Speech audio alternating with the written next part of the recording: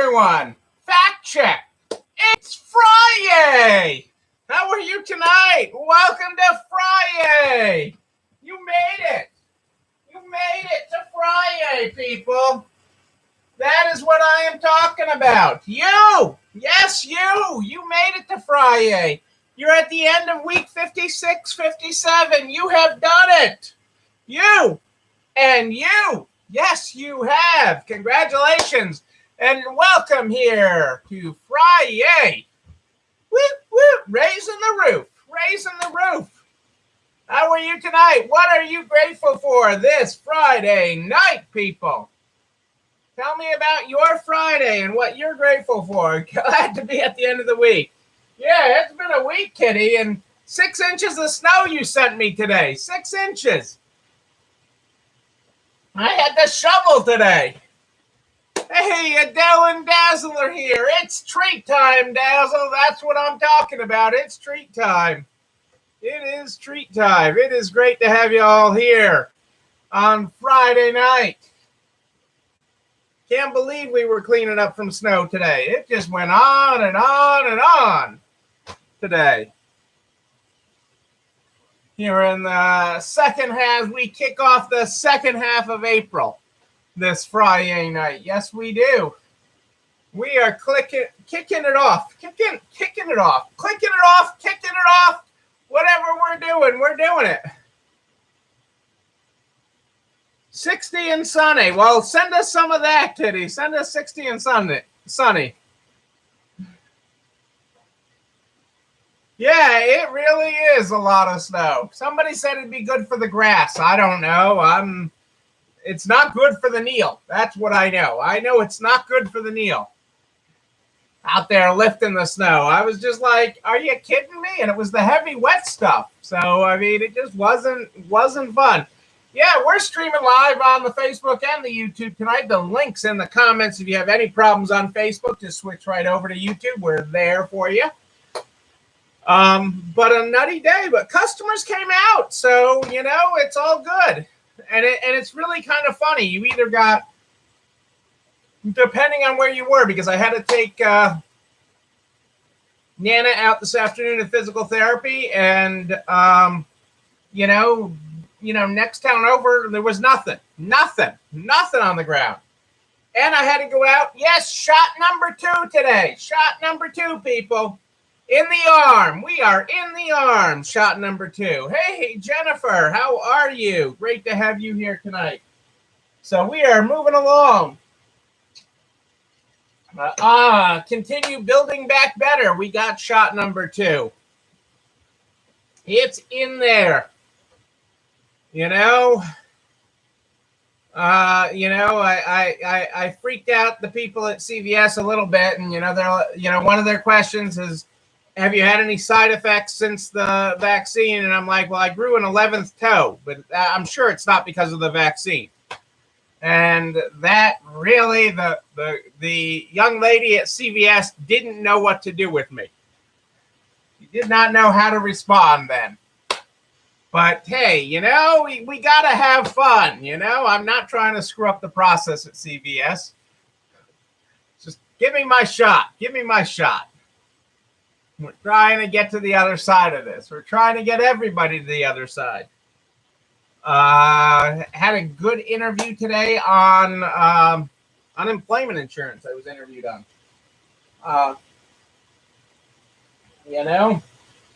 So we'll see where that gets printed. See what happens with that. But and the costs of that. Overall, it's been a good Friday. It's a good Friday. It's good to be at the end of the week. We're at the end of week 56, 57. You're all still here with me. That is great to have you here.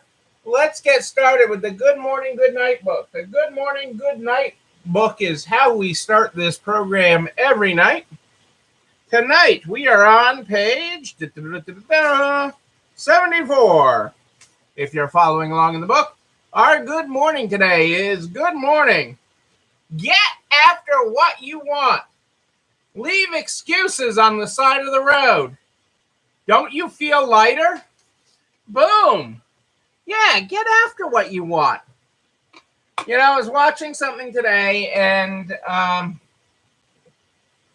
they were talking about post-COVID in business, post-COVID in business, and they were like, "This is your second act. This is the second act for your business. This is another opportunity for you, and I've talked a lot about that as we grow our way out of this. We got to grow. You can't be doing the same old, and this is an important second act. So, I mean, the Good Morning, Good Night books quote here tonight, where get after what you want and leave excuses at the side of the road. Okay, I mean, yeah, we got to get out there. We got to try things. Okay, not everything we try is going to work. Not everything we try is going to be a home run. Okay, to take a term from baseball, not that I was ever very good at it, but let's say it's not going to be a home run. But, by trying things and seeing what doesn't work, we find what does work. Our successes are built on thousands of failures, hundreds of failures, thousands of failures. So we build on our successes are built by trying, okay, and not keeping on with the things that don't work. Hey, Barb, great to have you here tonight. How's things in Pittsburgh?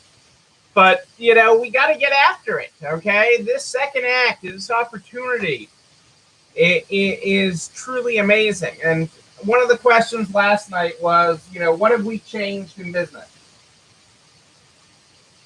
And I said I would drizzle that in, because we've changed so much over the last year. We really have. We are not the same company we were a year ago. We are not the same company we were a year ago. And, actually, let me pull that up real quick. Let me just get this. Hang on 1 second. Humor me for 1 second. I'm going to grab some numbers here, because people like numbers. Hang on 1 second.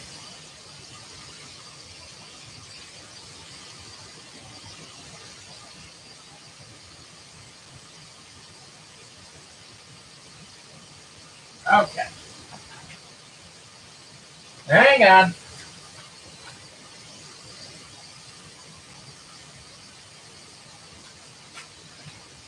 Okay, I'm back. See, just like that, I'm back. So I thought about tonight that I'd talk about, because you guys asked, what are some of the things you've changed in the last year? And there are so many things that we have changed that I'm going to drizzle that out over the coming days, over the next week, 10 days, whatever. I'm gonna drizzle it out, because it's too much to take in one thing. I mean, we have changed a lot. It's funny because you guys so many of you were here the November pre-COVID when NART's fall seminar was in our area, and we were blessed to have many of you on the bus tour and everything else, and that was a wonderful experience. But we're just a different place than we were, back then, a year and a half ago, more than a year and a half ago now. And one of the things that exemplifies that is our backlog. So what is our backlog? So we don't process everything on the day it is dropped off. I wanted to talk about that a little bit. We take things that consignors bring us, and if it fits into one of our baskets, totes, or bags, it goes in that. It gets barcoded, attached to the consignor, and it gets sent off to our warehouse where it gets processed later. And that's just to keep the flow, because I told you the inventory is the lifeblood of your business. And it is the lifeblood of how you grow out of this, okay? Having enough inventory, and that's one of my big concerns for you, is having enough inventory is the lifeblood, is what will set you apart and help you grow, because the big guys don't have the inventory. The big guys they have supply chain issues.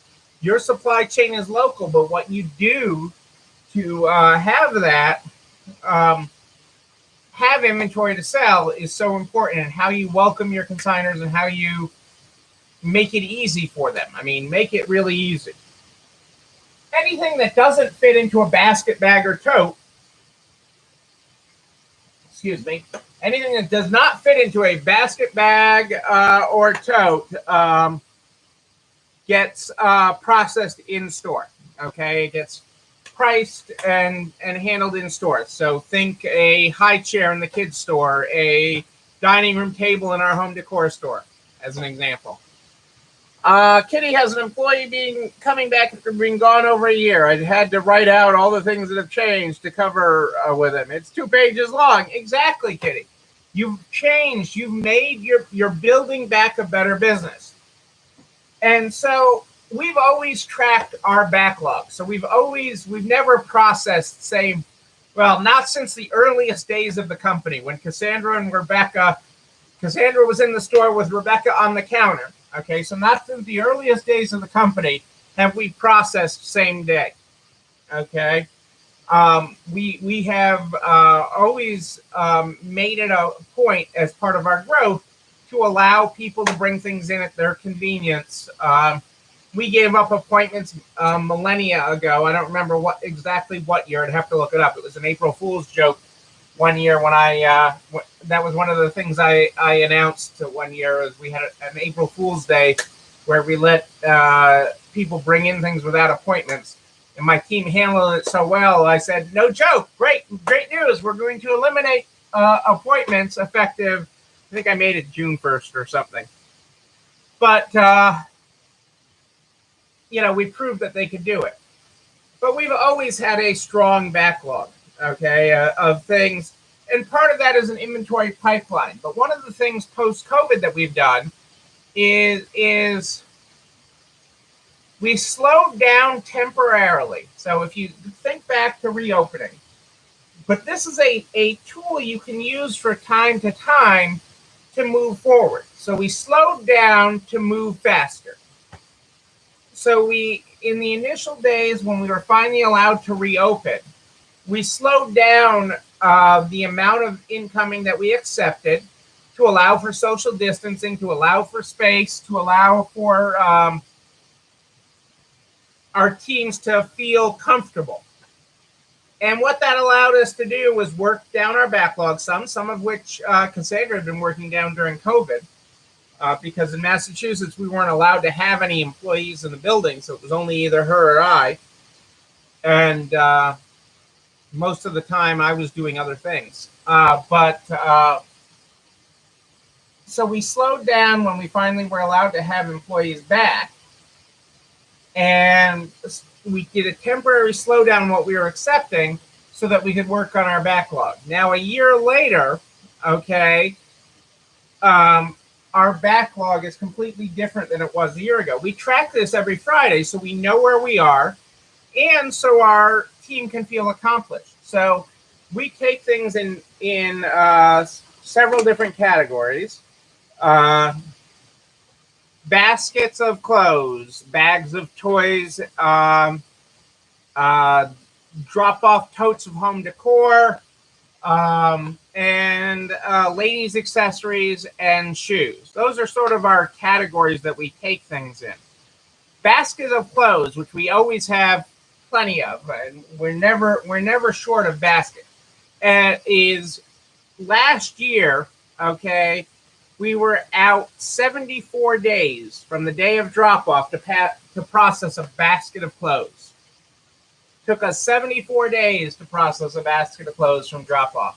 This year, you drop off a basket today, and we look at this report every Friday. And the reason we look at it every Friday is because a lot of our processors do not work weekends. My processing team is mostly mothers working Monday through Friday, okay? And so this year we're at 17 days to process a basket of clothes. And our overall quantity of baskets outstanding, while lower, is still significant. I mean, so we have, 1,000 baskets to process, okay, which we'll process over the next 17 days. We'll actually drive that down lower, more likely. But so what did we do to change that? Okay, and what did we do to go from 74 days to 17? And what we did was we took the time to slow down. We took the time to take a pause when we reopened and say, okay, we're gonna see everybody because everybody's been cleaning out. Okay, we still want to not do appointments, but we're not going to take it. We're not going to take unlimited amounts from you initially, and that allowed us to look at every part of our process during that time and reinvent it. Okay, reinvent it with our team. Okay, because they weren't as frazzled. Okay, reinvent that process with our team so that we could be more efficient. This means that we're never out of baskets anymore. I mean, we'd have times where we'd run out of baskets, and we'd have I don't know, some 3,000 baskets of clothes that we could hold, 3,000 laundry baskets or so. It means we're never out of hangers, and we've gone from a time where we were always just having just-in-time hangers to having storage units, 40 feet containers filled of hangers right now. That pause in just slowing it down for just a short period of time, slowing down the incoming just a little bit, right? So we didn't get overwhelmed when we reopened, okay? Allowed us to speed up the whole thing. Allowed us to change everything. Absolutely, positively change all our metrics. All our metrics are better. And that's huge. It was the underlying lesson is slow down to speed up. So by slowing down just for a tiny bit, we're able to speed up all our metrics there. And that has been a huge thing. It's one of many things we have done in the last year to be a different and better company. And I'm going to cover more of them as we go through, because that was a great question, I think, from Patty last night that I promised I would respond to. And I will continue to respond to that over the coming days and weeks, picking out little tidbits that we've changed. Because it's not, I'm a big fan of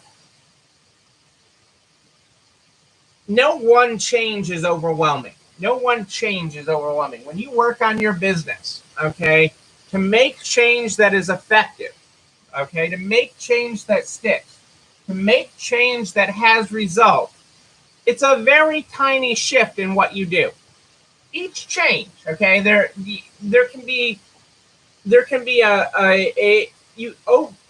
cumulatively there can be a lot of changes, but each individual change should be just a tiny slight edge change, just like moving me on the camera, just a tiny bit. Not a lot. It's not like I'm going all the way over here. Just move it a tiny bit. Just change just a tiny bit. And being willing to change, being willing to adapt, creating a culture of adaptation, creating a culture of no fear of change, creating that change in and of itself is not bad, creating that mindset that everything can be changed, nothing has to stay the same, nothing has to be the same tomorrow, okay, is what allows that to happen, what allows that success to happen. Allows my team to feel successful with the changes they've made, and allows us to get to the other side of this pandemic as a stronger, better company with more inventory than we've had on the floor before and a higher sell-through. So we slowed down for a little bit to speed up. And we'll talk more about that and other changes we've made as a company to allow that, because there's just a lot.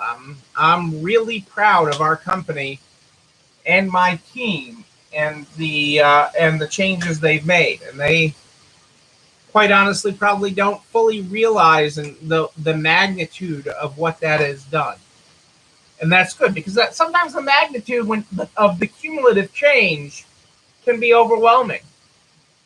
But you see it throughout the store, throughout our warehouse, throughout everything. you see the end product of it. And so it's incredibly exciting. It's incredibly exciting. Speaking of, just on that same topic, Jeff Bezos of Amazon says we need a better vision for our employees' success. In his last letter to shareholders as CEO,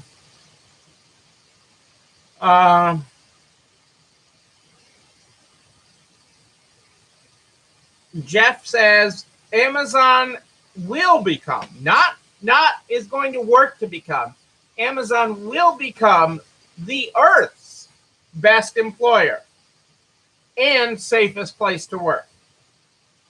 And that is interesting because their actual safety rate isn't that great in their warehouses and stuff. I'm trying to find, I have it here. Actually, I don't have it here in my tonight pile. I don't have it in my tonight pile, but there's actually a bunch of stuff on Amazon's safety rate in comparison to other workplace. I don't think it's in this.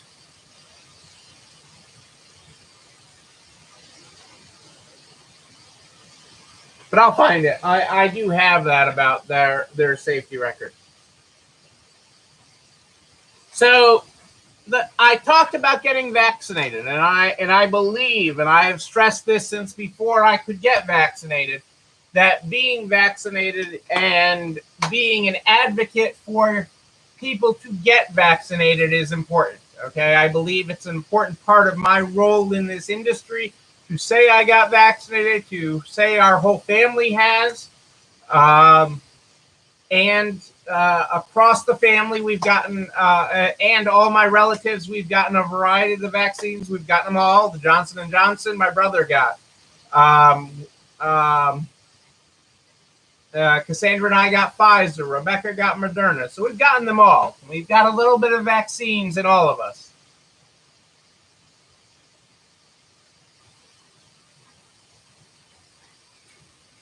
Yeah, that's good, Kitty. That your son-in-law is a warehouse manager, and when there is an accident, that they're looking at ways to prevent it. And Amazon, in the information I have, and I don't know where I have it right now, but I do have it.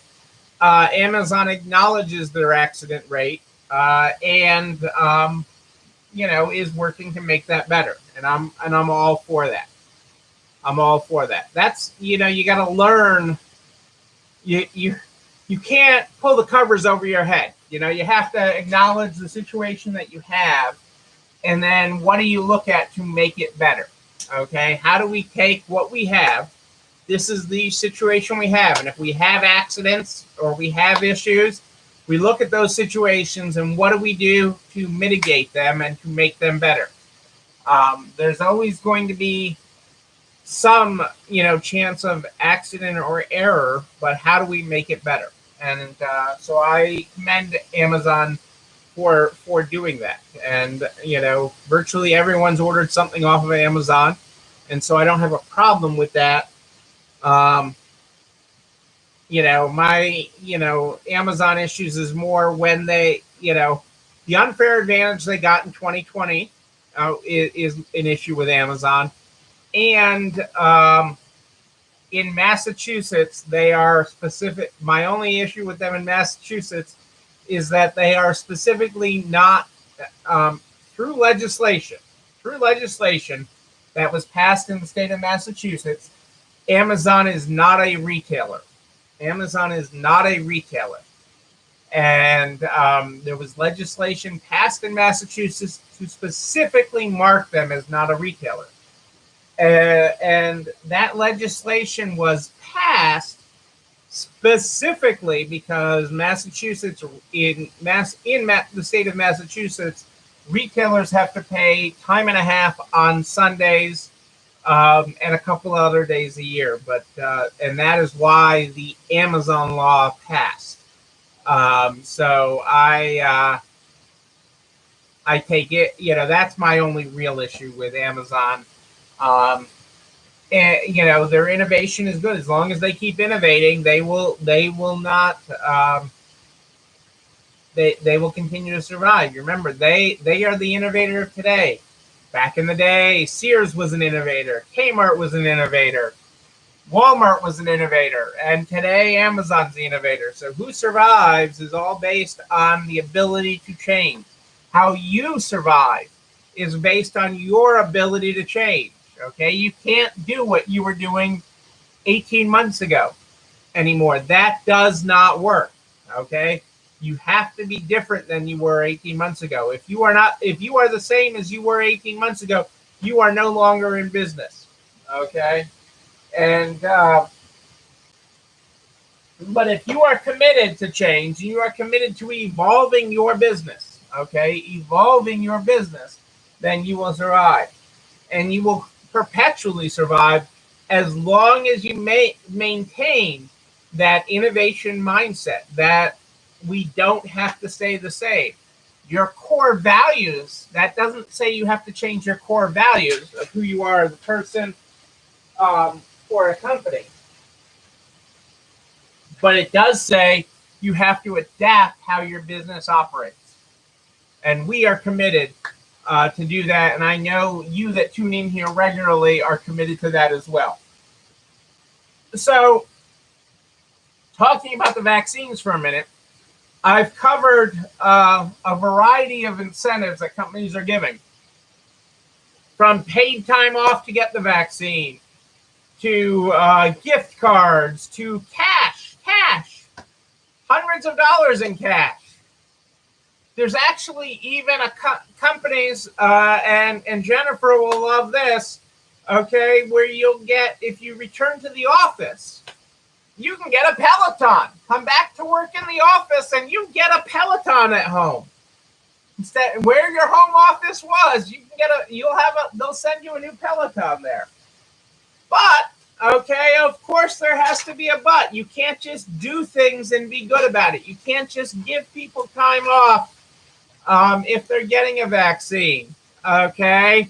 There has to be there's always something on the other side of it. And that is the Equal Employment Opportunity Commission, which enforces the ADA and limits general wellness incentives. To date, the EEOC has only released limited guidance on vaccine incentives, in particular merely suggesting that employers keep incentives to de minimis gifts, such as a water bottle or a gift card of modest value. But it has not explained the boundaries of what incentives are acceptable.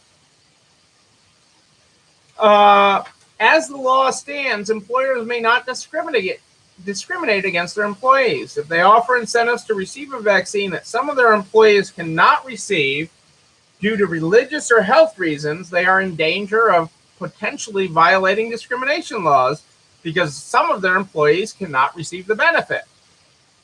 Federal discrimination law also prohibits employers from making incentives so persuasive as to be coercive. But de minimis gifts, like a free water bottle, will likely not cross that line.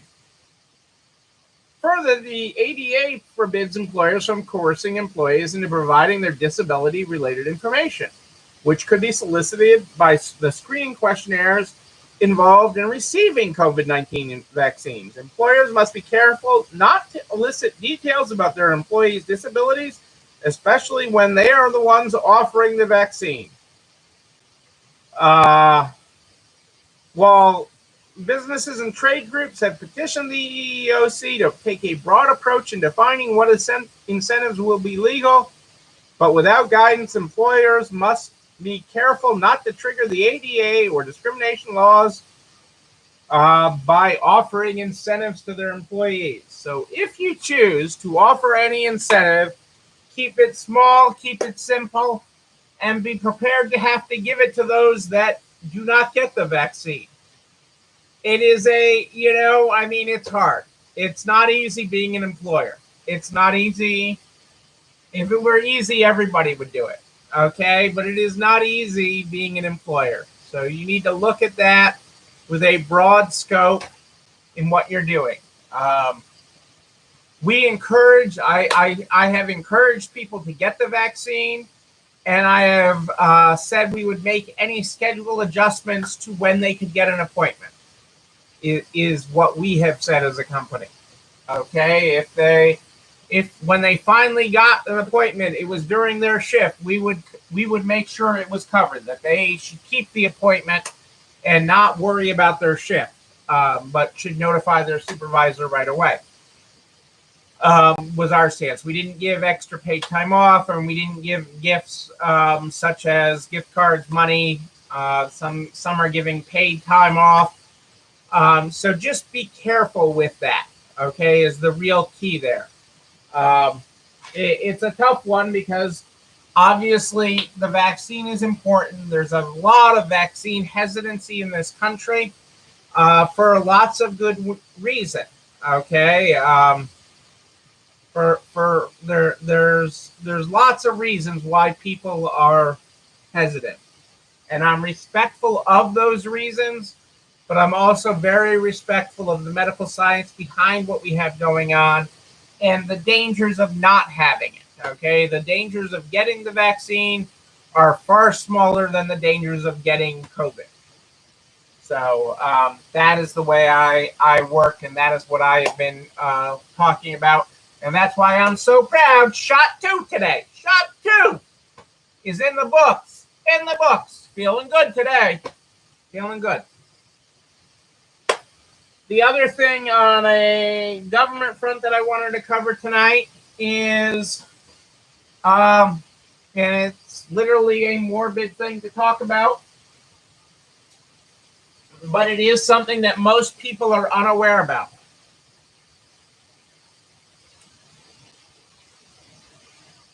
Hey, Rose. Rose is happy with the changes she's made in the last year. The consignment process is much smoother now, and when longtime consignors question the changes, I just tell them it was due to COVID, and they're okay with it. I don't think they would have been as receptive to the changes if it weren't for me being able to blame COVID. I think they're more open to it than you think, Rose. But I'm glad that you've been able to make changes. The only reason you're still here is because you have changed. So the last thing I wanted to cover from the government tonight, and it's a little known thing, and it has just officially started this past week, okay, but it is not very well known. If you have someone that has passed because of COVID, okay, that COVID was a contributing factor, and the government through FEMA is running funeral assistance for anyone that has passed away because of COVID. You can get through FEMA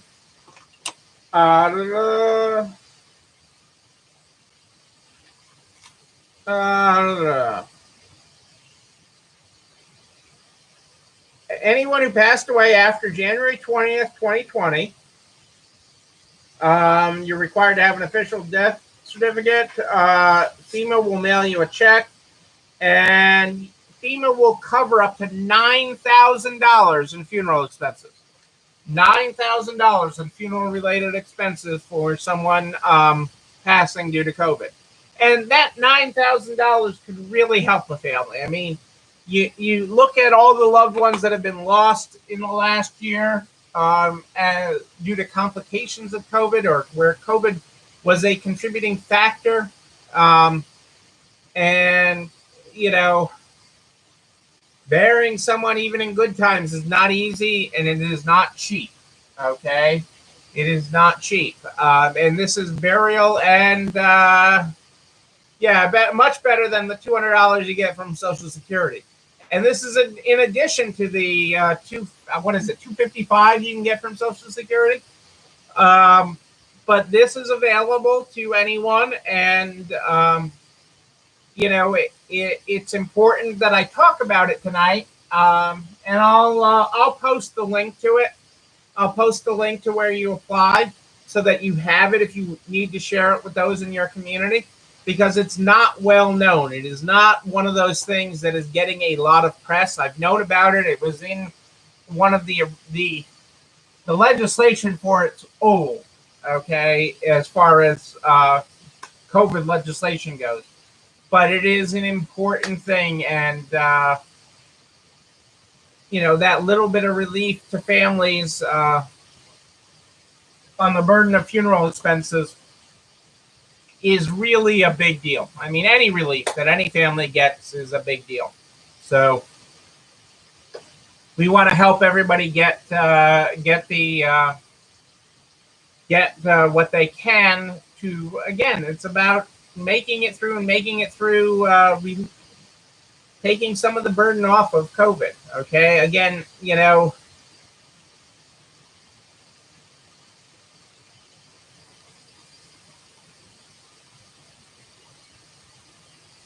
Yeah, Rose, this goes back. They can go back on anybody that passed since January 2020. So whatever they've spent, okay, as long as they have a death certificate that lists COVID as a contributing cause, they will get a refund. They will get the money back from FEMA. They will absolutely get the money back. Nobody I've talked to knows about this, and that's why I wanted to take time on this platform tonight to talk about it, to educate you, to educate your community about it. I'll post the link to it tomorrow. I don't have it scheduled to go up tonight, but I do want it to get posted, and it's been a long time coming because FEMA just opened up their window to be able to get it. So, and you wouldn't think that with everything else going on, you wouldn't think you'd apply for that to FEMA. And especially like Kitty says, Social Security already knows about you. So why the Social Security Administration isn't managing this, I'm not sure. I honestly don't know. I'm just glad that the relief is there for families because, it's never an easy expense, and it's always more than you think it will be. There's no such thing as a dying is not cheap in this country, and it just isn't. It just isn't. It's just not cheap. And not to do it and to do it in a respectful way to both those that have passed and the family that remains. To do it with dignity, and I think our industry is really more compassionate to that because I think everything we do is with dignity. We help people part with things that no longer have value to them with dignity.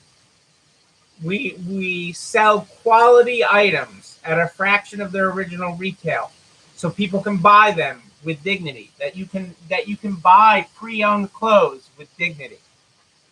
We donate the items we can't keep that don't have resale value so that they can be turned into other things with dignity. And we respect people's passing and the families around them with dignity. Dignity is a big part of our business, even though it may not be the term that first comes to mind many days. So just keep that in mind. You know what else to keep in mind is this video and everything I talk about, the links, everything that I post goes over to narcs.org/resalestrong by noon the next day. Noon, I tell you. Adele and Cassandra are amazing at making it all happen behind the scenes for me, including a direct link to this video on the YouTube channel. You're not alone running this store, where you can like, comment, subscribe, and yes, ring the bell so you know when a new one drops.